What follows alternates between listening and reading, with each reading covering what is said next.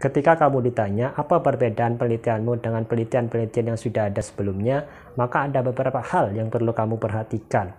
Yang pertama adalah kamu perlu mencari tahu terkait dengan persamaan dan perbedaan penelitianmu dengan penelitian sebelumnya melalui Google Scholar. Kenapa melalui Google Scholar? Karena di Google Scholar itu sudah banyak sekali kumpulan dari hasil-hasil penelitian yang biasanya sudah dalam bentuk artikel jurnal, sehingga dapat menjadi patokan. Selain itu, dosen juga biasanya mengecek apakah judulmu itu memang sudah terlalu banyak atau belum, itu biasanya juga melalui Google Scholar. Jadi yang perlu kamu lakukan adalah kamu bisa mengetikkan judul penelitianmu di Google Scholar, kemudian nanti akan muncul sekian banyak hasil penelitian. Dari sekian banyak hasil penelitian itu, kamu perlu membaca sebanyak mungkin judul-judul tersebut, termasuk isinya di dalamnya. Kemudian kamu identifikasi sebetulnya persamaan dan perbedaan penelitianmu dengan penelitian mereka itu apa. Kamu perlu mencatatnya itu. Nah, kenapa kamu perlu mencatatnya? Dengan mencatatnya ini, maka nanti kamu ketika ditanya oleh dosen pembimbing atau penguji, kamu punya buktinya gitu ya, punya datanya bahwa persamaan saya ini, perbedaannya ini, sehingga kamu bisa menunjukkannya. Dari situ ada beberapa hal yang bisa kamu tinjau dari artikel-artikel tersebut. Misalkan, yang pertama adalah terkait dengan variabelnya. Apakah variabel bebas dan juga variabel terikatnya antara penelitianmu dengan penelitian yang sudah ada itu sama atau tidak? Seandainya sama, coba kamu lihat jumlahnya, jumlah variabelnya. Misalkan variabel terikatnya. Para peneliti sebelumnya misalkan variabel terikatnya hanya 1.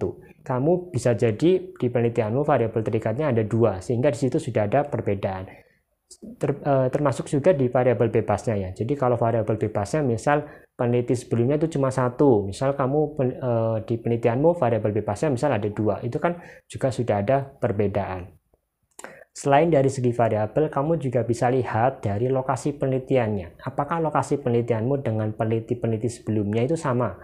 Kalau memang berbeda, berarti kan itu sudah ada perbedaan. Karena kan biasanya beda lokasi, hasilnya juga belum tentu sama gitu ya. Kemudian selain lokasi, kamu juga bisa identifikasi dari subjeknya. Apakah lokasi subjek penelitiannya sama atau tidak? Kemudian objek penelitiannya sama atau tidak? Itu perlu kamu cari tahu dari hasil-hasil penelitian sebelumnya.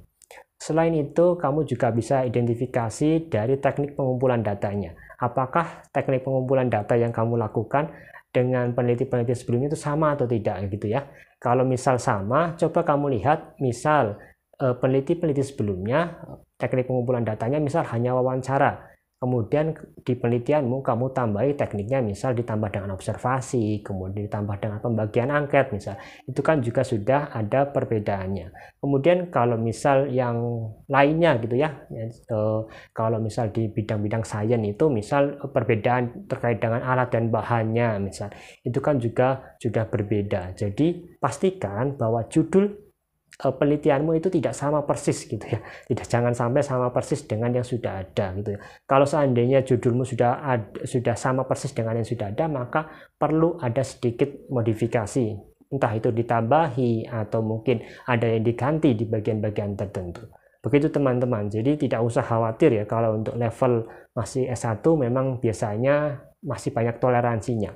Terutama berbeda dengan yang di S2 ya. Kalau S2 memang Anda dituntut untuk menunjukkan ya betul-betul ada perbedaannya itu di mana gitu ya.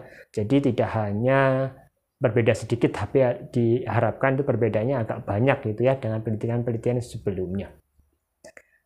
Begitu teman-teman yang dapat saya jelaskan untuk video kali ini. Sampai jumpa di video selanjutnya. Jangan lupa untuk subscribe channel ini.